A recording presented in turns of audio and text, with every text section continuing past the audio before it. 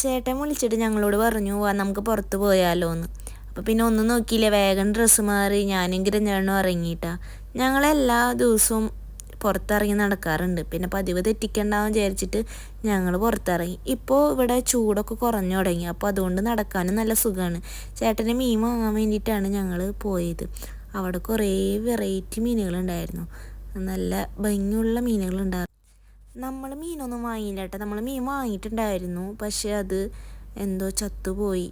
അത് ബൗളിലിട്ട കാരണമാണെന്ന് തോന്നുന്നു. അപ്പോൾ പിന്നെ നമ്മൾ വീണ്ടും ഒരു റിസ്കിന് നിന്നില്ല, നമ്മൾ വാങ്ങിയില്ല. പിന്നെ അവിടെ മീൻ മാത്രമല്ലായിരുന്നു, ഈ ഡോഗും ക്യാറ്റും.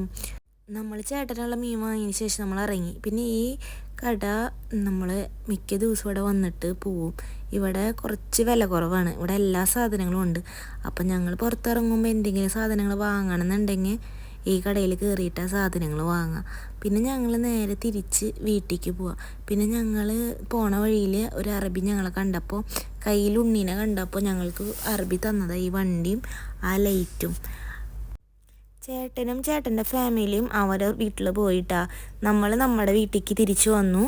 ഇനി നമ്മൾ ഉറങ്ങാൻ പോവാണ്. അപ്പോൾ ഗുഡ് നൈറ്റ്. അടുത്ത വീഡിയോ ആയിട്ട് കാണാം. ബൈ.